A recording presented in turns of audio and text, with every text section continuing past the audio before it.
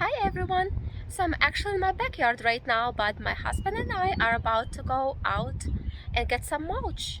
We have a couple areas in our front yard that we need to cover up, and also I am planning to do just a little tour of some plants that are flowering right now in my garden. About a month ago, I installed this black plastic border, so now this area by the house needs to be covered with mulch. This way I have a bigger planting area. Alright, so here's the mulch. And besides the area by the house, I have a pretty good sized flower bed here that needs mulch also. Looks like I will need quite a bit of it. So let's get mulching.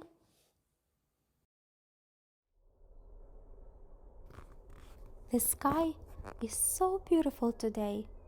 I just had to share it with you guys. So let's enjoy it for a moment and get back to work. Doesn't it look 100% better already? So I decided it would be a great idea to get my roses and peonies into the ground before I cover this all in with mulch. This way it can look all nice and tidy. Plus the black mulch is gonna be such a nice contrast against these beautiful snowdrops. So I'm gonna go ahead and add some water into my planting hole for roses.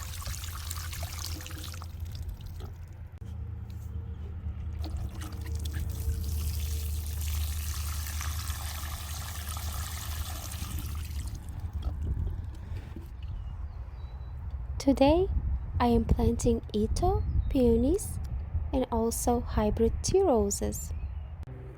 These are my Chicago Peace hybrid tea roses.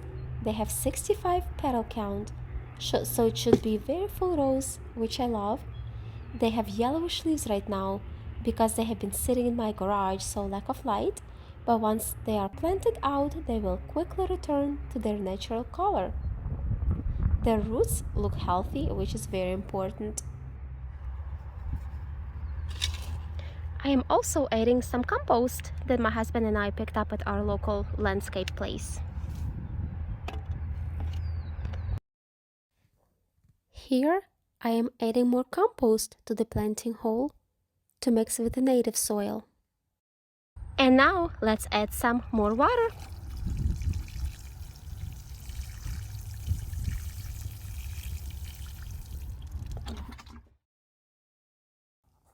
Here I have my Ito peony roots, which is called Cora Louise. They are pretty good size. All of them have quite a few eyes on them, except on one you can clearly see couple eyes, but there are also some little ones that are waking up. For those of you who are not familiar with Ito peony, it's a cross between a tree peony and herbaceous peony, and they combine the best features of each. They die back to the ground like herbaceous peonies, but have large blooms like tree peonies on strong stems that do not need support. Alright, and the holes are ready for my peonies. I am planting them fairly close together.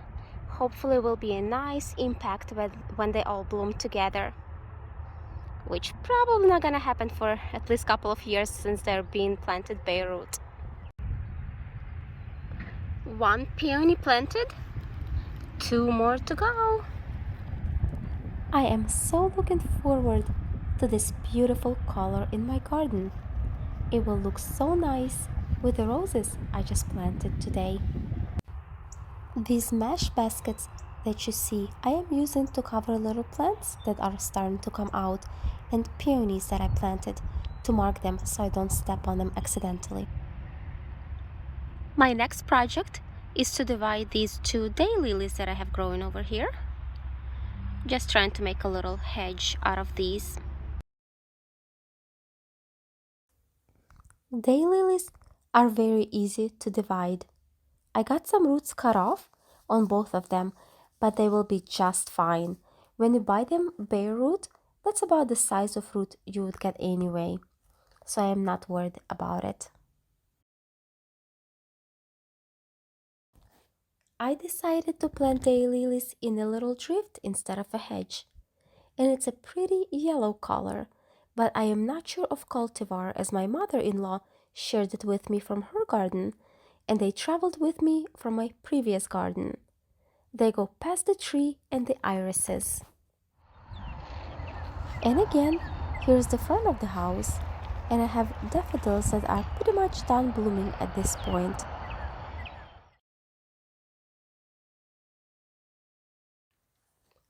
These grassy leaves are crocus that bloomed about a month ago.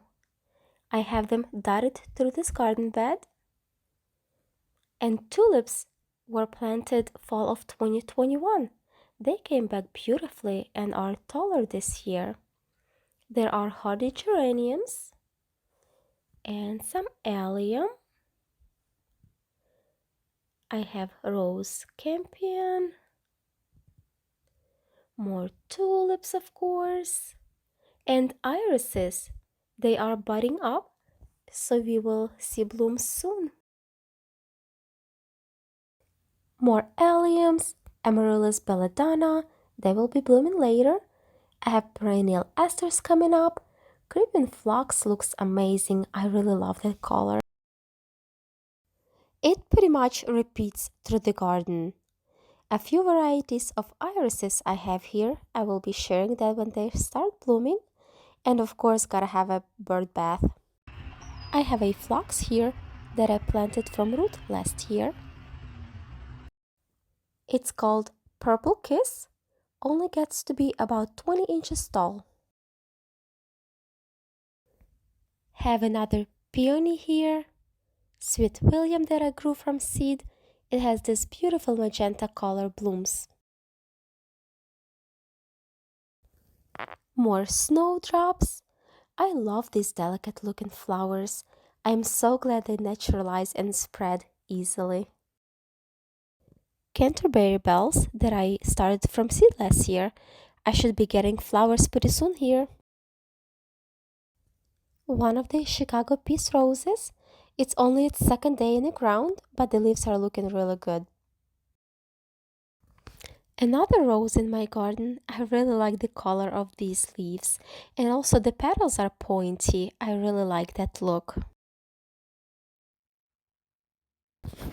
Bells of Ireland that I am growing from seeds. They look so nice in bouquets. I just recently planted them out here. Last year was my first time growing them, and I really like the structure they provide. If you are growing them for bouquets, it would not be a bad idea to wear gloves, as they do have thorns on them. And these here self-seeded themselves, and they're actually looking more robust than once I started indoors. One of bouquets I made with bells of Ireland. Columbine, I started from seed that I collected from my previous garden. I have about 7 or 8 plants growing in this area, and they should be this purple color. Gladiolas I did not know would come back for me. I meant to dig them up and store over winter, but just didn't get to it. It's good to see them start growing now. They were planted in groupings of 5 last spring and usually need some kind of support since they grow tall and have heavy blooms. I bought the corms at Menards and they were labeled blue. When they started blooming though, it turned out pink. Not exactly what I was expecting, but still very pretty. Echinacea starting to come up, and I have 3 plants in this area. Their flowers are great to use in bouquets. This is not a big trellis, but I grow Virginia creeper on it. I know it gets really large, but I just size control it. I like using it for flower arranging. Pink impression tulips. When they are open, from the top it almost looks like a poppy. And these are blushing impression tulips. Fall of 2021, I planted groupings of 5 and they multiplied since then. Both pink and blushing impression tulips came back beautifully their second year compared to other varieties that I only got some foliage on.